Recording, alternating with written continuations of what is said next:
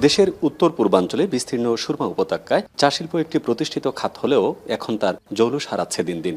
উৎপাদন কমে যাওয়া, খরচ বৃদ্ধি পাওয়া সহ মাঝে মধ্যে শ্রমিক অসন্তোষে এখন বিপর্যস্ত এই শিল্পটি।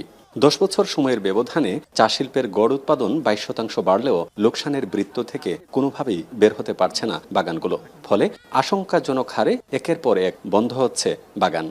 বান্ডেল থাকলে প্রতি সেনমানিতে টাকা বাঁচবে। বিকাশ সেনমানি বান্ডেল কিনে জিতুন প্রতি লেনদেনে। অনেক প্ল্যান্টার থেকে আফজাল রশিদ চৌধুরী পারিবারিকভাবেই চায়ের সাথে বেড়ে ওঠা তার। সুদীর্ঘ অভিজ্ঞতায় বর্তমানে চায়ের হালচাল নিয়ে আলাপকালে বলছিলেন, অতীত হয়েছে সুদিন, নানামুখী সংকটে বিপর্যস্ত চা বাগানগুলো।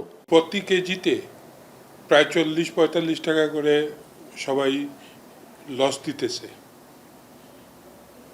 এখন চায়ের বিক্রয় মূল্যটা যদি বাড়ানো না যায় তাইলে ভবিষ্যতে চায়ের জন্য এটা একটা মারাত্মক হুমকি হয়ে দাঁড়াবে। সাম্প্রতিক সময়ে চা শিল্পের প্রকৃত অবস্থা শোচনীয়। সংশ্লিষ্টরা বলছেন, উৎপাদন খরচ বেড়ে যাওয়া আর ভঙ্গুর বাজার ব্যবস্থার কারণেই এ শিল্প এখন অনেকটা হুমকির মুখে। মত দিলেন চায়ের দাম বৃদ্ধি সহ পণ্যটিকে রপ্তানিমুখী করার। প্রতি বছরে অনেক চা আনসোল্ড থাকে, তাহলে আমি এত চা ম্যানুফ্যাকচার করলাম, এত প্রোডাকশন করলাম, আমার চা যে থেকে গেল, তো এই চাটা কি হচ্ছে? এই চাটা পরের বছর কিন্তু মার্কেটে ঘুরে ফিরে আসছে। সো এইটা কিন্তু তখন এই যে একটা আনসোল্ড চা থাকতেছে, এটা থেকে একটা ব্যাকলগ ক্রিয়েট হচ্ছে, ডিমান্ডটা কমে যাচ্ছে। আমাদের চা শিল্পকে এই মুহূর্তে টিকিয়ে রাখতে হলে আমাদের এক্সপোর্টিং কান্ট্রিগুলোকে আমাদের গভর্নমেন্টের পক্ষ থেকে সিলেক্ট করতে হবে এবং সেখানে স্পেশাল টিম পাঠাতে হবে যে কিভাবে আমরা আমাদের চাটা এক্সপোর্ট করা যায়। কয়েক বছরের ক্রমাগত আর্থিক ক্ষতির কারণে বিনিয়োগে নেতিবাচক প্রভাব আর গুণগত মান বৃদ্ধি না পাওয়াই এই অঞ্চলের চা শিল্প বিকাশের অন্যতম প্রতিবন্ধকতা বলে মন্তব্য চা বোর্ডের চেয়ারম্যানের। তবে আশ্বাস দিলেন, চা শিল্পের অতীত ফিরিয়ে আনার জন্য গবেষণা বাড়ানোর পাশাপাশি প্রযুক্তিগত উন্নয়নের।